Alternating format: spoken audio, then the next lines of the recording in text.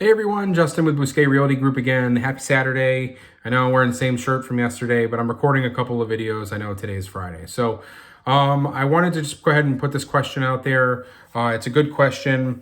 Comes to the home buying process of things. So this question comes from a home buyer that I used to have.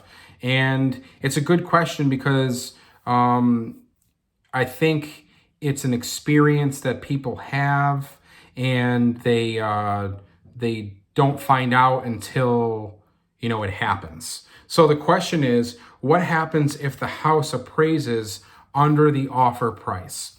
Great question. So if your appraisal comes in low, that doesn't mean that you have a lot of options. You can save the deal a couple different ways. So one of the things you can do is that you can have a review of the house done by the appraiser. You can request another appraisal. So you can request a second appraisal. Not a huge success rate with that, but you can ask the seller's agent to provide their comps, their report of houses in the areas where they derived their market price from. That sometimes can be different than the appraisal's competitive market analysis results. Sometimes they use different houses in the area as opposed to the comps that the realtor used to put the house on the market, and that can adjust the price.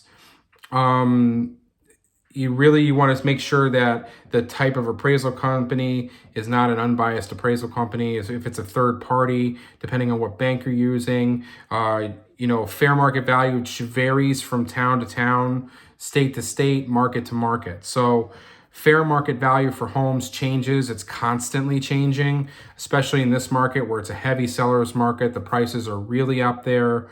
So appraisals are done, and they can be a little bit biased because they have things called desk appraisals now, where the appraisers aren't even going out to the properties anymore. They're doing a desk appraisal on the property.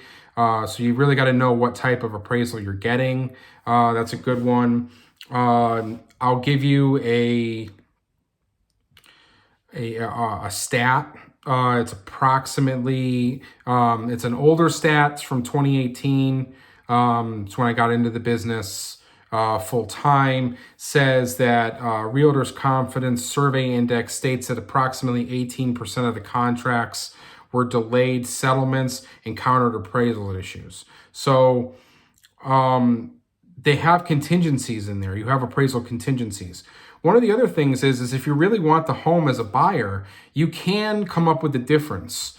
So if the house appraises for $300,000 and your contract was for $310,000, you would have to come up with the $10,000 because the bank is only going to pay $300,000, if that makes sense.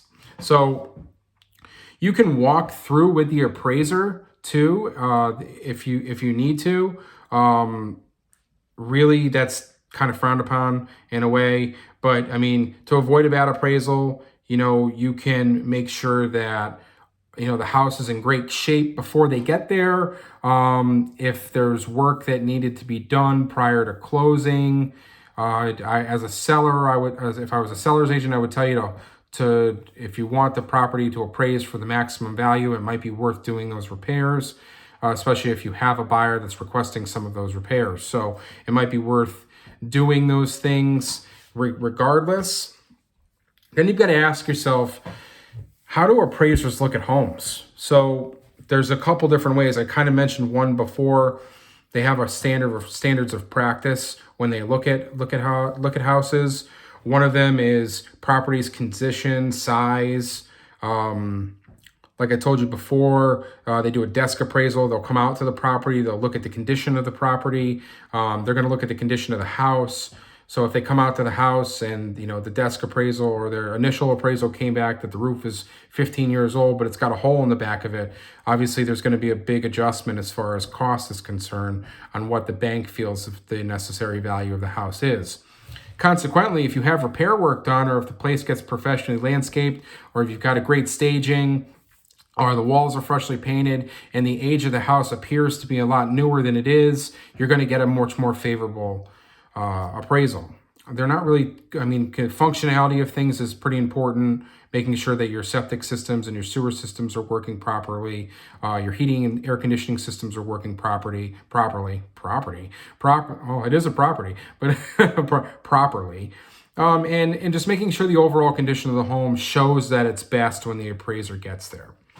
You know, you're going to get a report. There's going to be an appraisal report that the real estate agent should be able to get themselves access to, so they can take a look and see what the appraiser saw, and then they can go back, and the seller's agent can go back to the appraisal company and say, hey, you know, you guys put this, but it's that, or hey, there was a mistake here, or these are the comps that I used. That was an example from before. So those are some of the things that you can do when you're talking about an appraisal. Really good question. Hopefully that information helped. Again, shoot me an email or send me a text message. Visit either one of my websites. I'll have them in the description below. Happy Saturday to everybody. Enjoy your weekend, and we'll talk to you again on Sunday.